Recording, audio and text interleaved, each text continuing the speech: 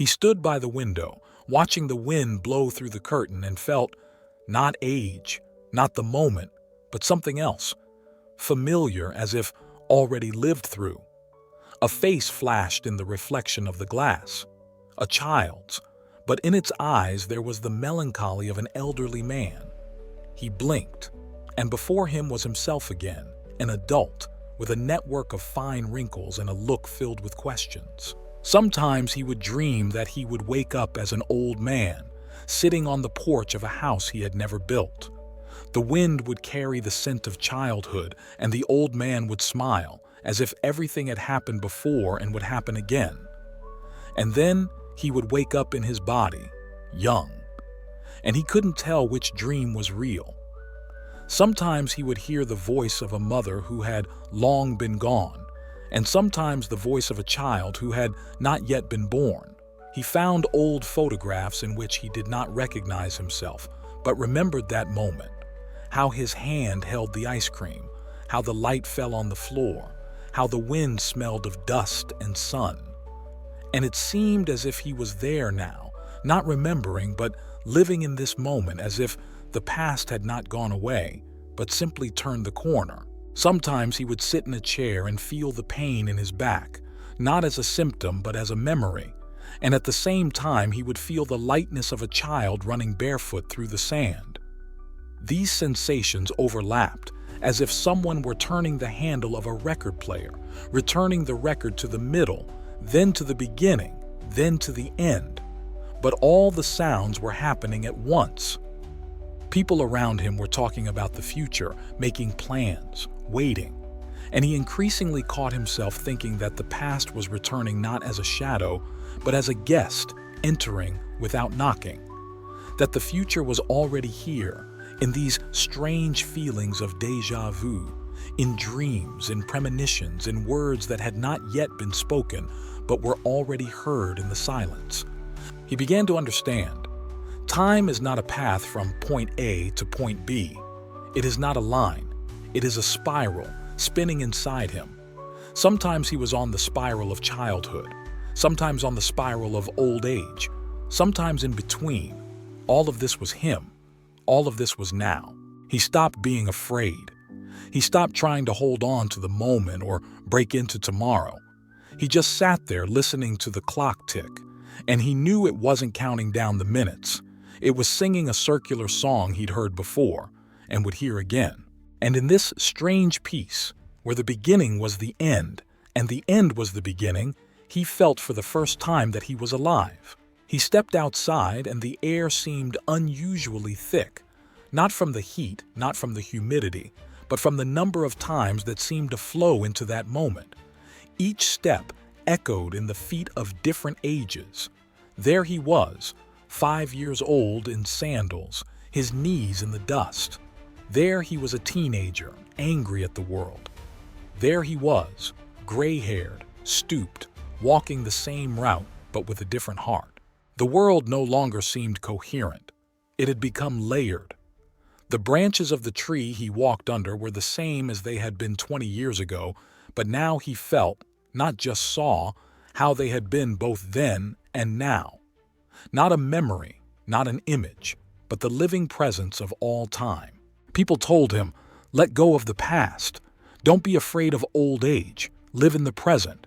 But how to let go of what never went away?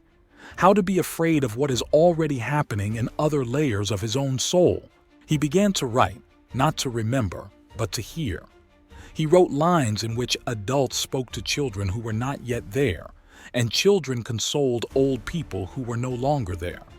He wrote as if he were catching the threads of time, twisted, intertwined, to remind himself, everything you seek is already inside. You already were. You already are. You already will become.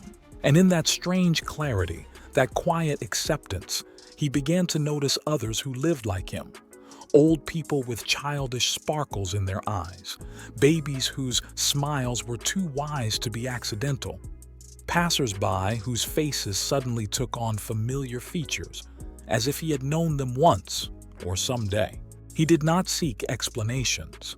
He did not seek an end.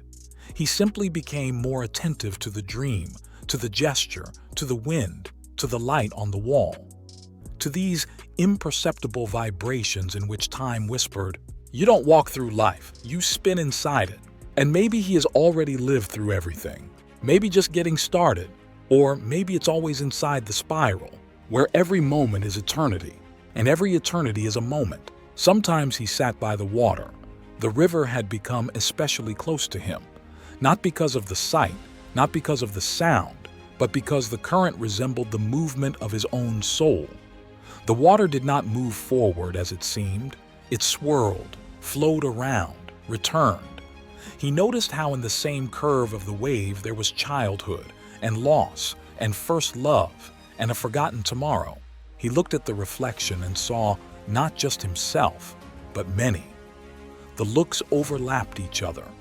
The clear look of a child, the tired eyes of an old man, the curious look of a young man, the calm look of someone who had already let go. They were all him, and none of them was the main one. They were all there at the same time. They were all real. The world began to respond too. The clock on the wall seemed strangely slow. Sometimes he caught a moment when the ticking stopped. Not stopped, but seemed to recede, like a whisper giving way to a silence that he felt not empty, but full. There, in that silence, there was nothing to do. There was no need to prove, to achieve, to succeed. All that was needed was to be. People around him continued to hurry, plan, correct the past, and worry about the future. And he was increasingly silent, not because he was tired, but because he knew every word is already an echo. And under the echo, there is something primary, a silent connection of everything with everything. One night he woke up, without worry, without sleep, just in complete silence. He stood up, went to the mirror, and saw not himself, but several faces at once, as if the mirror was tired of lying. It didn't show more than one. It showed the entire spiral. And in that moment he realized time is not an arrow. And breathing, and with every breath he took, he was no closer to the end. He was returning to himself, always came back, which means no one ever leaves. Everything just repeats its song, on another turn, in a different rhythm, with the same heart. And from that moment on, he stopped measuring life in years.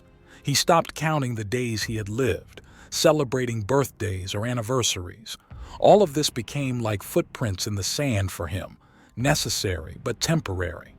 He began to measure life by depth, how much he felt, how much he lived the moment, how much it was. When he met a person, he no longer asked, "How old are you?" He looked into their eyes and heard, not a voice, but an inner note. Some sounded like a beginning, some like a sad ending, some like a pause between two lives. And it was all beautiful.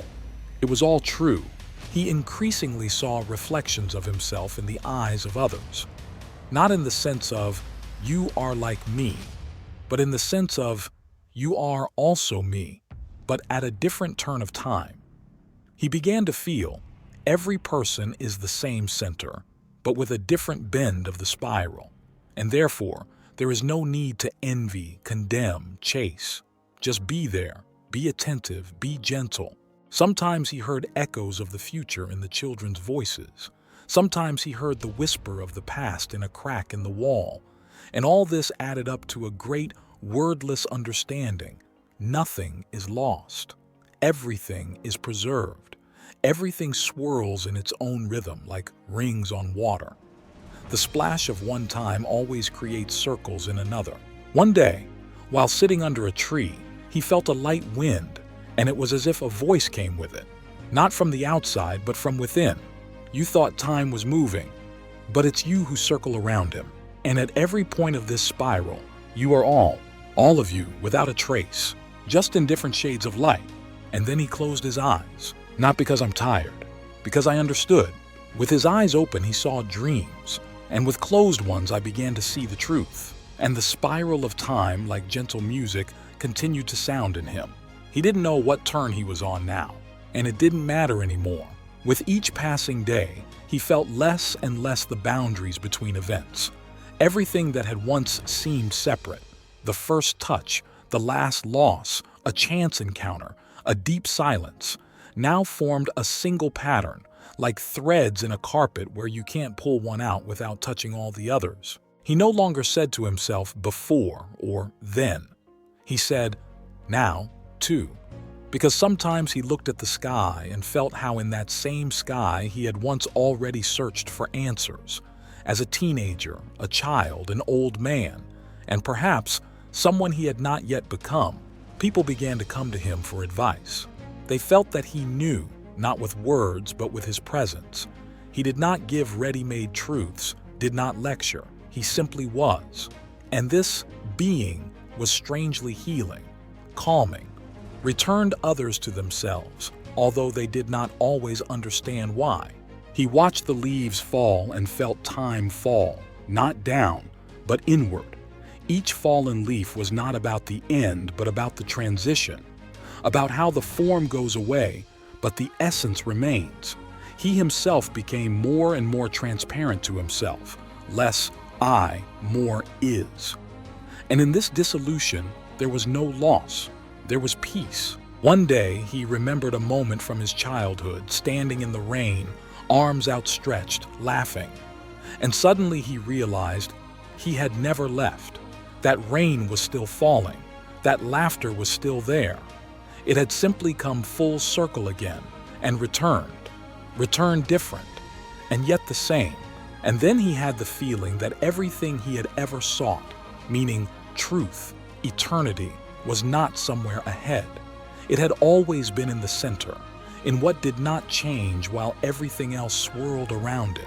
And maybe this is what the soul is, not something you have, and what you are always in. If you stop searching, he closed his eyes again, this time not to leave, and to become the motionless axis of the spiral. For those who remember everything, to those who have always been, for those who are beyond time, he woke up early, not from noise, not from dreams, just as if something in the world called out to him. The air was still, but in this silence he felt a slight tension, as before the rain, as before an important word. He sat on the edge of the bed and looked ahead for a long time, although he saw nothing. He simply felt as if he had again found himself not in one age, but in several at once. He ran his hand over his cheek and remembered how, as a child, he had loved to feel his father's fingers. They were large, rough, but there was something protective about them. Now his own fingers were like those, heavy, wise, and in that touch he suddenly understood. I had become what I had been looking for, but I had not been looking forward. I had been looking inward. He went outside. The morning was clear, as if the day had not yet decided what it would be. He walked along a familiar path, and every stone under his feet echoed with old steps. He remembered how he had once run along this road with a scraped knee, and how many years later his daughter had walked along it, on her first day of school. Now he simply walked, without a goal, without haste, knowing that each step carried all the steps at once. At the crossroads he saw an old man. He stood, leaning lightly on a stick, and looked into the distance. Their gazes met. For a moment he saw himself in the old man's eyes, not as a projection, not as a fantasy, but as the truth. The man nodded as if acknowledging. They did not exchange a word, but both knew. This was not a meeting with another, but with one of themselves. He walked further and saw a girl drawing spirals on the ground with a stick. She did it playfully, but her movements were precise, almost ritualistic. He sat down next to her. She looked at him and asked, "Do you know what this is?" "Yes," he answered without smiling. "It's me." She nodded as if she understood everything and continued drawing. He watched the lines twist, intertwine, return to the center, and then go off to the side again. It was all so simple, and at the same time, infinitely profound. He realized that there was no greater miracle than this, to live and see how each moment already contains the entire path. And when he stood up, the ground beneath his feet was no longer just a path. It had become part of a pattern, part of a larger spiral in which he was not lost, but finally found himself. He returned home, but the house no longer seemed the same. Not because anything had changed on the outside, but because he looked at it differently. Every object seemed like an old acquaintance, every scratch on the table like a scar of time, left not by chance, but as a mark of presence. He ran his hand along the wall and remembered how he had once hit his forehead in this place when he was a child. And a little higher up, the place where his son had left a mark with a felt-tip pen for which he had been angry. Now he looked at these marks as if they were a letter to himself, written outside of time, and his heart sank with tenderness. He sat down in the chair. The ticking of the clock accompanied his breathing. But now he heard in it not the countdown of time, but the rhythm of life. He felt how each tick was not a step toward the end, but a flash of presence. The clock did not lead him forward. It helped him to remain here. And suddenly, he realized that everything was about returning, not to some place, but to clarity, to that silent point in himself where there is no age, no name, no fear, no purpose, where there is only a feeling, I am, and that is enough. He stood up and walked to the mirror. He looked at himself, at his face full of traces of time, at his eyes in which there was no longer any fight. And for the first time, he did not look for youth or strength in himself. He saw everything at once, and in all of this, there was peace.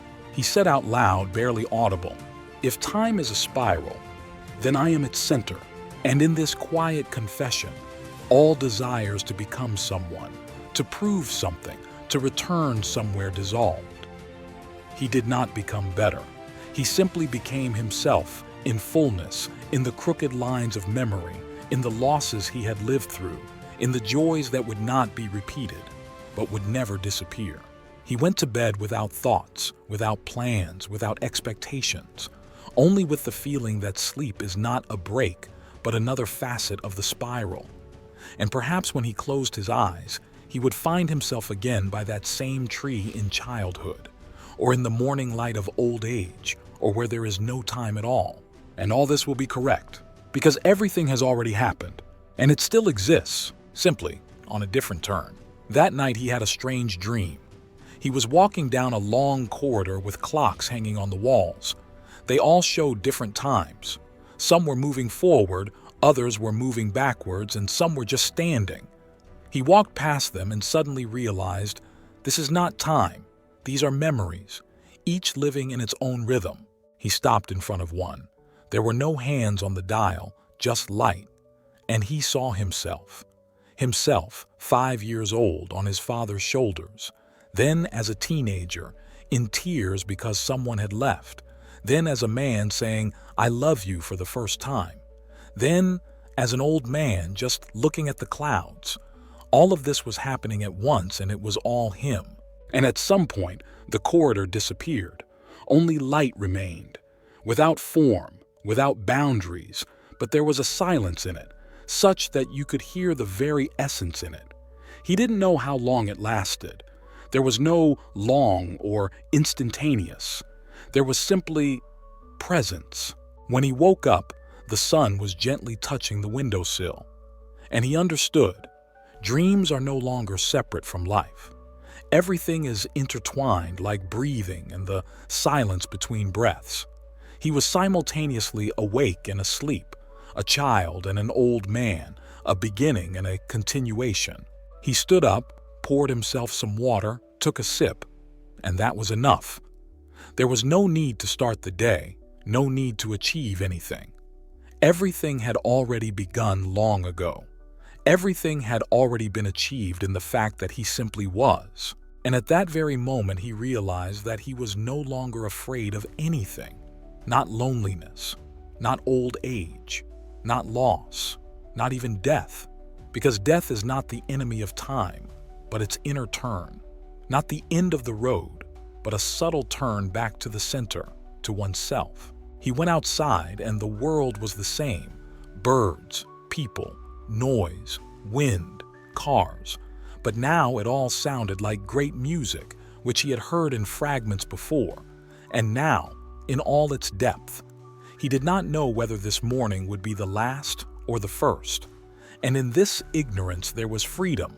He smiled at the passerby who smiled back, and in this look they recognized each other as parts of the same spiral, meant to say, "I am you too, just in a different time."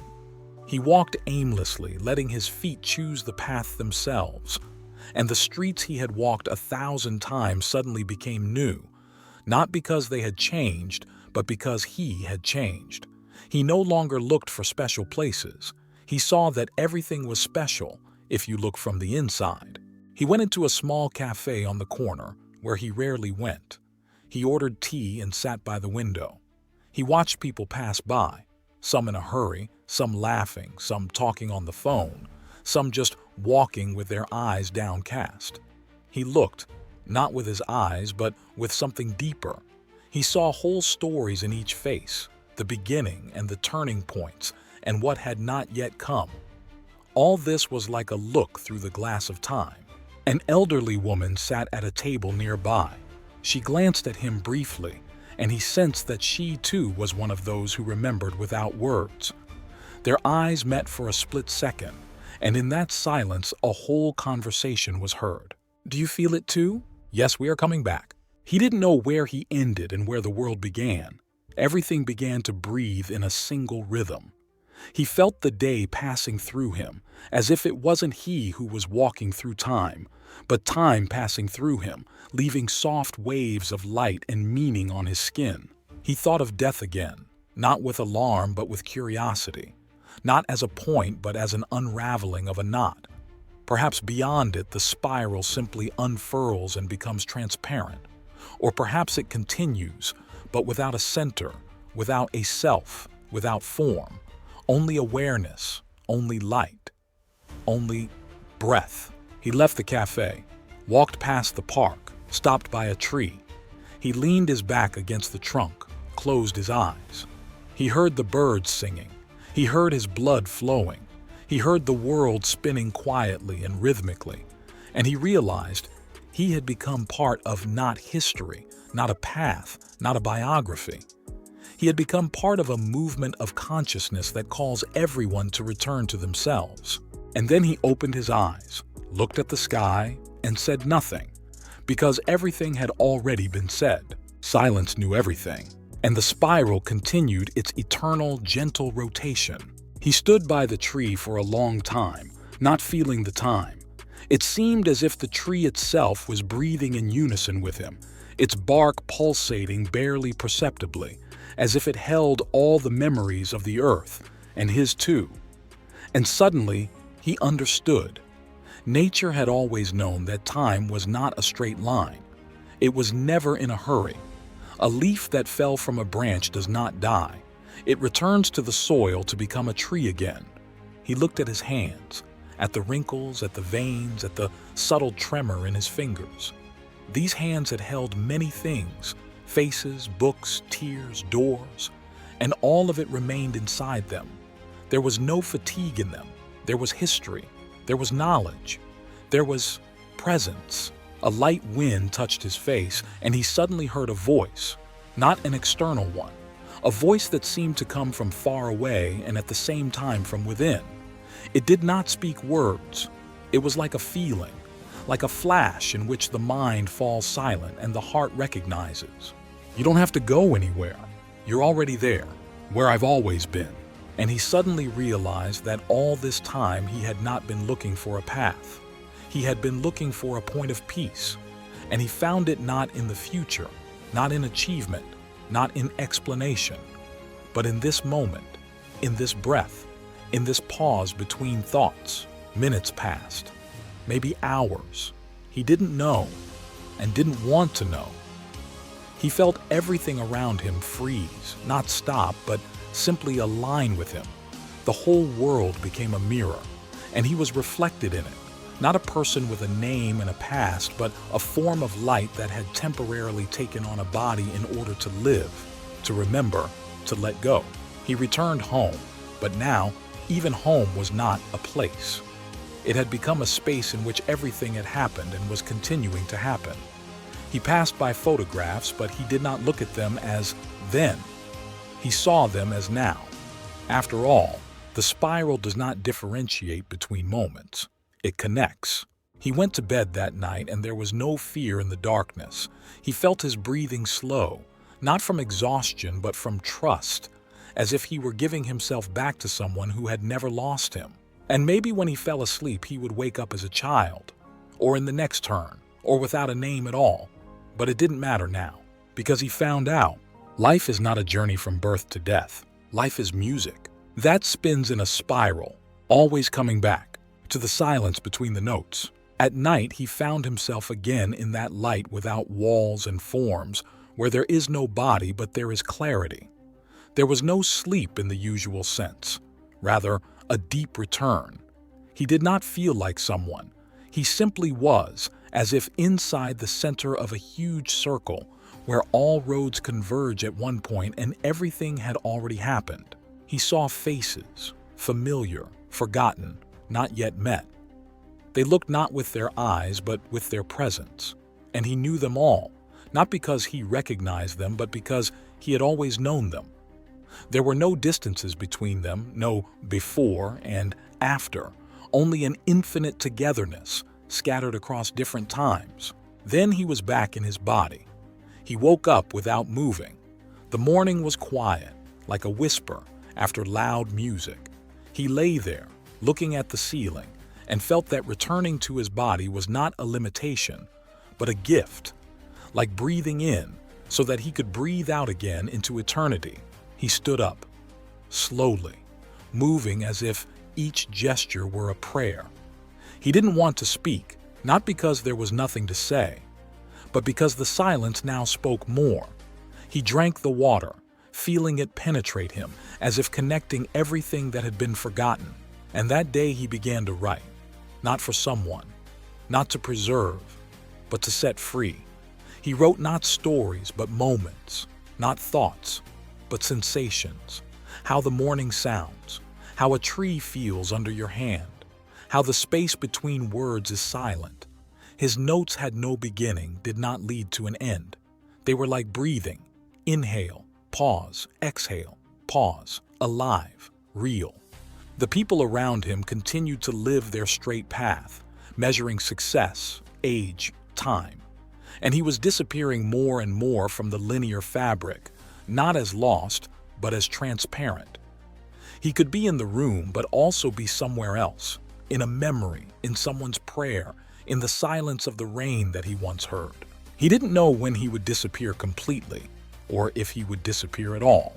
Maybe he will simply move on as one moves from words to silence, from form to light, from the spiral to the center, and maybe no one will notice. It's just that one day the sun will stay in his window a little longer. The tea will cool down but will remain unfinished. And someone will think, he left. But in reality, he just went back there, where it has always been. In the days that followed, he was hardly seen. He would go out early when the world was still asleep and return late when the streets were empty. But even if someone did meet his gaze, there was no absence in it. On the contrary, he looked as if he knew something that the rest of the world had long forgotten. Sometimes he would sit on a park bench and watch children play. He did not interfere, did not try to speak. He simply watched, the way time watches, without judgment, without expectations. In these children he saw himself, in each of them. Not copies, not projections, but the real him on different turns. One girl came up to him and asked, "Are you a wizard?"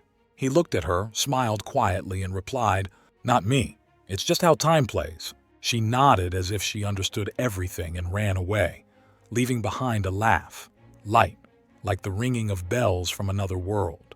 He increasingly felt himself becoming thinner, not weaker, but thinner, as if there was no longer flesh between him and the world, only a transparent membrane of attention. He felt other people's pains as if they were his own. The joy of a bird was like a ringing in his chest. The coolness of the air was like the whisper of a spiral reminding him, everything is still moving, everything is still returning. Sometimes he forgot who he was, Not because he was getting old, but because the boundaries of the I were dissolving. The name became superfluous. Only this became important: to be here, to be completely to the edge without a trace. And in this complete dissolution, he felt a strength that he had never known before. He began to give everything he had: books to those who searched, warm clothes to those who were cold, attention to those who were silent, a smile to those who were afraid. He knew none of this goes away. Everything just changes the circle. Everything comes back. Everything is deposited in the spiral.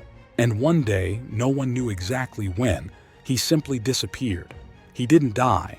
He didn't leave. Just disappeared like the morning fog, leaving behind only silence and a light, almost elusive feeling that somewhere nearby it became clearer.